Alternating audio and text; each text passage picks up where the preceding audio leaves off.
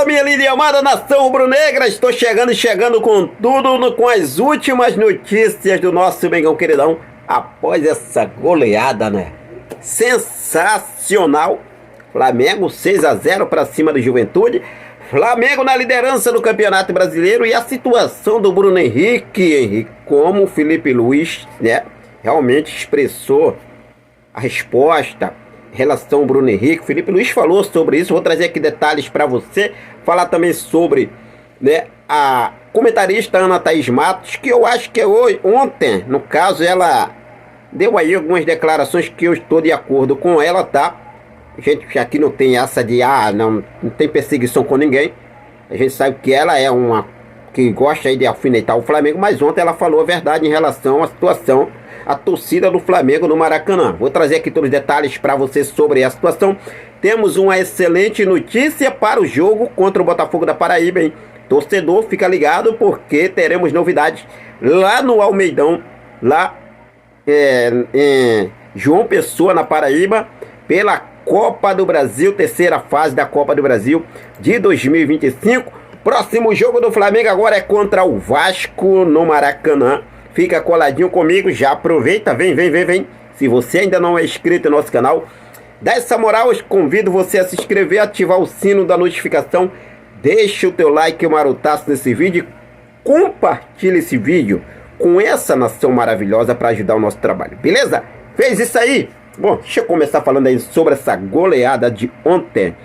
Ontem, o Flamengo chegou a fazer, mais uma vez, em um jogo no Maracanã, 6 gols. Porque a última vez que o Flamengo teria marcado 6 gols no Maracanã foi naquele jogo lá em dia 2/6, deixa eu ver aqui. Isso mesmo, 2/6 de 2024. O Pedro ainda estava no time antes de ser lesionado e muito mais. 6-1 do Flamengo em cima do Vasco em 2024 pelo Brasileirão de 2024. Ontem tivemos aí a vitória do Flamengo sobre o Juventude. Eu vi muita gente aí, né? A vitória do Flamengo incomoda. Essa é a verdade, tá? A vitória do Flamengo incomoda.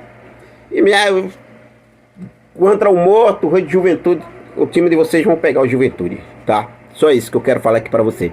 Juventude não é, né, time aí que eu posso falar assim, de se dispensar, descartar, como se fosse em qualquer lá, Série C, Série D, não, tá?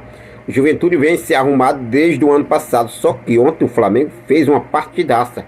Essa é a verdade, uma partidaça. O próximo jogo agora é contra o Vasco, quinta rodada, no Maracanã agora, tá? Agora, no próximo dia 19 agora, sabadão.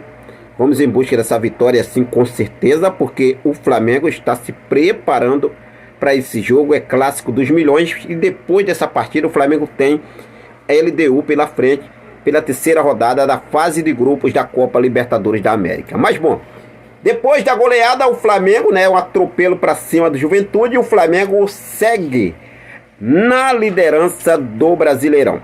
Eu separei aqui a tabela atualizada para vocês, ficou assim, ó: Flamengo em primeiro com 10 pontos, saldo de gols, né, disparou aí do Flamengo, foi para 15. Palmeiras em segundo também com 10 pontos, mas o saldo de gols está em 5. Flamengo aí, né, disparado, assume a liderança. Depois vem Fluminense com 9, Ceará com 7, Bragantino com 7, Vasco com 6 e Juventude com 7. Com 6, perdão. São aí os primeiros 7º colocados.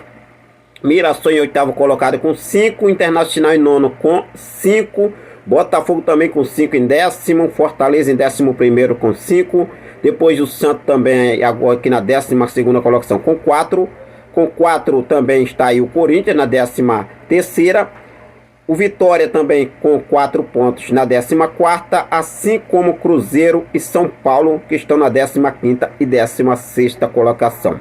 Aqui embaixo a gente vê aqui a parte da zona da degola, que eu posso falar assim, ainda tem muita coisa pela frente, tá, gente? É apenas a tabela atualizada no momento.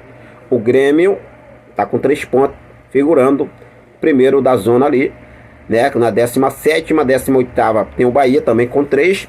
E os últimos 2 colocados, Atlético Mineiro com 2 pontos e Sport Recife é o último 20º colocado com apenas 1 ponto conquistado. Tá aí a tabela de classificação do Brasileirão. Vamos, Mengão queridão, seguir firme na busca por esse título do Campeonato Brasileiro. Ontem, na entrevista coletiva, a gente teve a situação do Bruno Henrique, né? O Bruno Henrique até começou no banco de reservas. O Felipe Luiz acionou ele ali no final da partida, ele entrou no campo, tudo muito bem.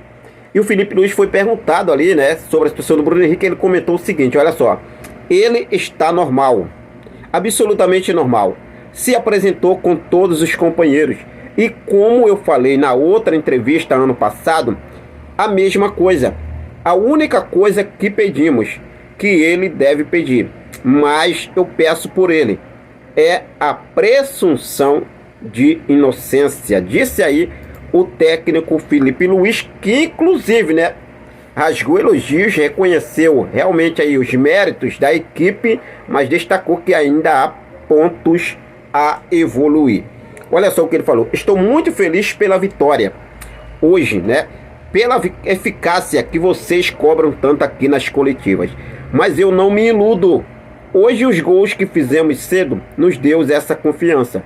Tem coisas que fizemos bem, tem outras coisas que não fizemos tão bem. Temos coisas para melhorar. Disse aí o técnico Felipe Luiz após a goleada do Flamengo, o atropelo do Mengão queridão para cima do Juventude, 6-0 com um gol ali, né, de Eric Pulgar, gol de Gonzalo Plata, Danilo, Arrascaeta de novo, né? Arrascaeta de novo, 4 jogos no Brasileirão, 4 gols. Ele só não marcou aí gols, eu acho que contra o Internacional, mas marcou contra o Vitória, marcou 2 vezes contra o Grêmio. Os 2 gols do Flamengo foi do Arrascaeta.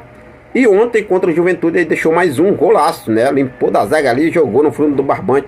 Sensacional. Um momento de Arrascaeta aí, muito bom.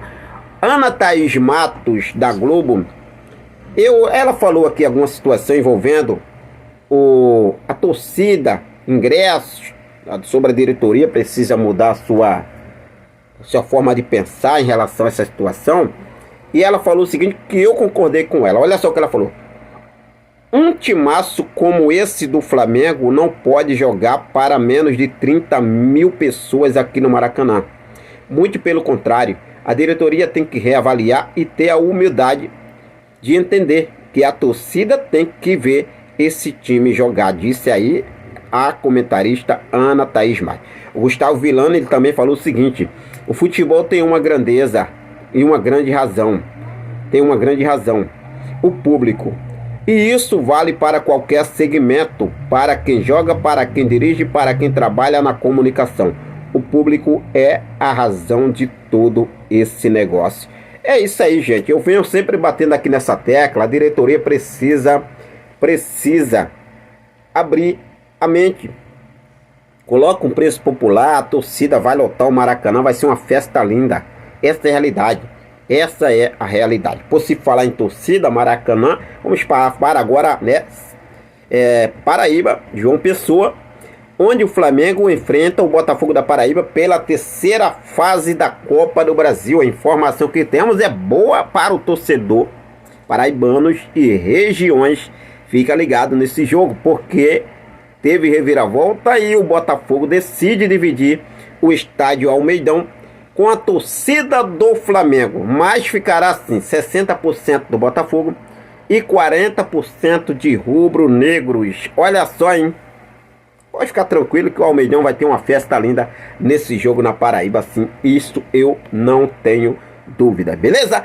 Bom, de agora foi isso. Eu vou seguir focado com tudo, sempre ligadaço com essas e outras informações, para deixar você sempre muito bem atualizado de tudo o que acontece no nosso rubro-negro mais amado e mais querido Brasil do mundo. Vou seguir focado nessa situação também do caso do atacante Bruno Henrique, para você ficar por dentro de tudo. Valeu, forte abraço, muito obrigado pelo seu carinho, muito obrigado pela sua companhia.